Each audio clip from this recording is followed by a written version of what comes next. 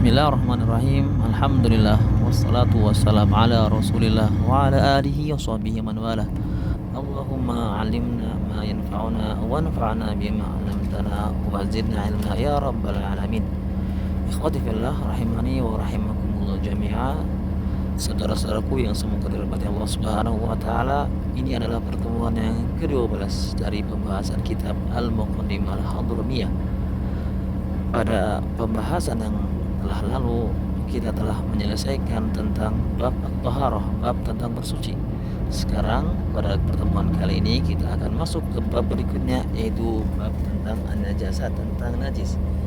Khawatifillah, najis adalah kotoran, sesuatu yang dianggap kotor yang menghalangi sahnya salat apabila tidak ada uzur. Najis apabila kita klasifikasikan maka terbagi menjadi dua. Najis yang berasal dari luar tubuh dan najis yang berasal dari dalam tubuh. Najis yang berasal dari luar tubuh ada yang berupa cairan yang memabukkan, yaitu minuman keras, baik itu anggur maupun yang lainnya, dan juga yang berasal dari tubuh adalah hewan, yaitu anjing dan babi, dan hewan yang mati tanpa disembelih, yaitu bangkai. Adapun najis yang berasal dari dalam tubuh itu ada darah, ya, baik itu darah manusia maupun darah yang lainnya. Allah Subhanahu wa taala berfirman, "Hurrimat 'alaikumul maitatu wad-damu." Diharamkan bagi kalian al-maitah, bangkai, dan juga darah. Para ulama menjelaskan bahwa tahrim di sini, haraman di sini juga menyebabkan darah menjadi najis. Kemudian yang berikutnya adalah nanah dan juga muntahan, karena kan ada hadis. Kemudian juga air liur yang berasal dari lambung. Air liur apabila berasal dari lambung, ya, dan sudah berubah, maka ini merupakan najis. Namun apabila air liur yang biasa yang ada di mulut, maka itu tidak najis. Al-Mu'allif mengatakan babun najasah, bab tentang najis. Kemudian Al-Mu'allif akan menjelaskan apa saja yang merupakan najis. Wahyal khamru, dan itu adalah al-khamr, ya, minuman keras. Walau muhtaraman, walaupun minuman keras tersebut muhtaram, ya. Muhtaram di sini adalah balikan dari ghair muhtaram, yaitu yang tidak memiliki kemuliaan. Contohnya yang muhtaram adalah khamr, minuman keras, minuman keras yang akan menjadi cuka, ya, maka ini termasuk najis. Kemudian yang berikutnya adalah an-nabid. Nabid termasuk dari najis. Kemudian al-kalbu wal khinzir wa ma tawallada min ahadihima, anjing dan juga babi, dan wa ma tawallada min ahadihima, dan apa yang berasal peranakan yang berasal dari salah satu keduanya. Jadi seandainya berhasil ada persilangan antara anjing dengan hewan suci yang lainnya, maka turunannya jadi najis. Mungkin juga dengan babi, seandainya ada persilangan babi dengan hewan suci lainnya, hewan yang tidak najis lainnya, maka turunannya menjadi najis juga, ya. Namun ini adalah iftiradiyah, pengandai-andaian. Kemudian yang berikutnya lagi yang merupakan najis adalah al-maitatu wal maitah, dan bangkai.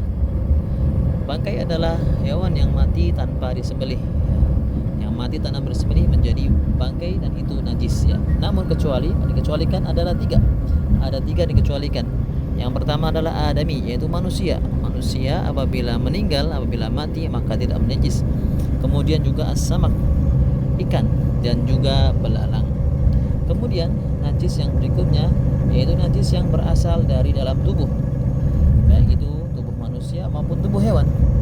Yang pertama adalah adam wal qad, darah, dan juga nanah, dan juga muntahan, karena akan ada hadis yang menunjukkan demikian. Kemudian juga yang termasuk dari najis adalah warrautu wal baulu, kotoran ya, kotoran dan juga air kencing dari hewan, walaupun itu makulatul ham, boleh dimakan, namun itu menjadi najis bila kotorannya jadi kotoran yang najis. Dan juga al-madi termasuk najis, wal wadi termasuk najis ya, wal ma'ul mutaghayyirus sa'ilu min famin naimi, dan air yang berubah, yang keluar, yang mengalir dari bibirnya, mulutnya orang yang tidur ya. Apabila dia keluar air liurnya ketika tidur dan air liur itu sudah berubah menjadi air yang bau ya, berubah, dan itu berasal dari lambung, maka itu dalam mazhab Syafi'i merupakan termasuk dari najasat. Kemudian termasuk dari najis juga adalah wamaniyul kalbi wal khinzir, air maninya, spermanya anjing dan juga babi, maka termasuk dari najis. Ataupun sperma dari hewan seandainya ada persilangan salah satu dari keduanya ya. Dan juga susu dari hewan yang tidak bisa dimakan dagingnya ya, maka itu najis, kecuali air susu manusia, maka itu tidak najis. Walaupun manusia tidak boleh dimakan, namun dikecualikan manusia itu air susunya, asinya itu adalah suci ya. Namun kalau air susu dari hewan yang tidak boleh dimakan, maka air susunya jadi adalah air susu yang najis.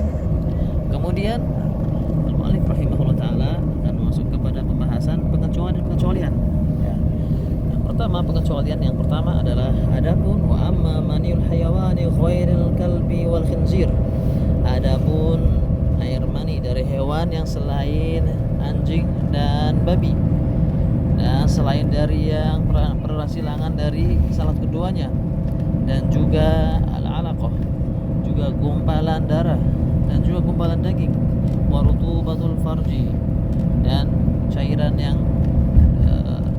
kelembaban yang ada di kemaluan ya, selain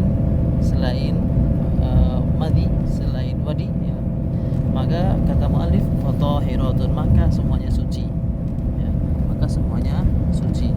Kemudian al-muallif akan masuk ke pembahasan berikutnya, yaitu wal juz'ul munfasilu minal hayawani kamaitatihi, dan bagian yang terpisah dari hayawan, yang terpotong dari makhluk hewan yang hidup itu seperti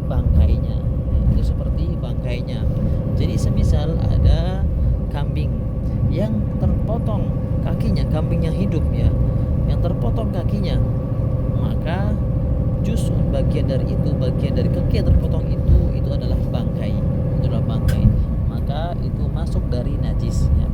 Namun dikecualikan illa sya'rul ma'kuli wa rishatuhu wa sufuhu wa baru ya, kecuali bulunya ya, hewan yang bisa dimakan, kemudian dia rambutnya, bulunya, kemudian bulu domba, maka ini fatahiratun, maka ini adalah suci walaupun terpisah ya dari hewan yang boleh dimakan, terpisah dari dalam keadaan hidup ya, rambut bulu dipotong itu dalam kondisi hidup, itu tidak mengapa, fatahiratun, suci. Kemudian al-muallif mengatakan wala yaduru syai'un minan najasati illa thalathatu asya', dan tidak bisa ada najis yang menjadi suci dengan sendirinya kecuali tiga hal. Ada tiga hal yang bisa suci dengan sendirinya.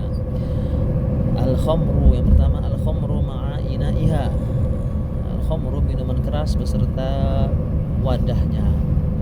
Idza sharat khallan bi nafsiha, syaratnya apabila khamr itu berubah menjadi cuka dengan sendirinya, maka khamrnya yang telah menjadi cuka itu menjadi suci, tidak jadi najis lagi. Dan juga bejananya, wadahnya yang tadinya terkena najis ya, dia juga menjadi suci. Kemudian yang ketiga adalah wal jildul mutanajjis bil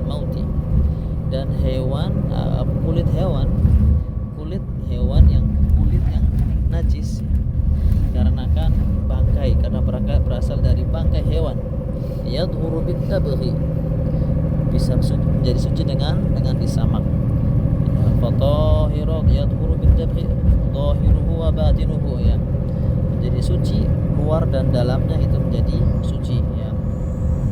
Wa masara hayawanan, yang dimaksud dengan wa masara hayawanan di sini adalah dan yang apa yang menjadi hewan, yaitu apabila ada daging bangkai kemudian keluar larvanya, cacing-cacingnya, maka cacing itu ikut menjadi najis, ya, jadi hewan yang najis.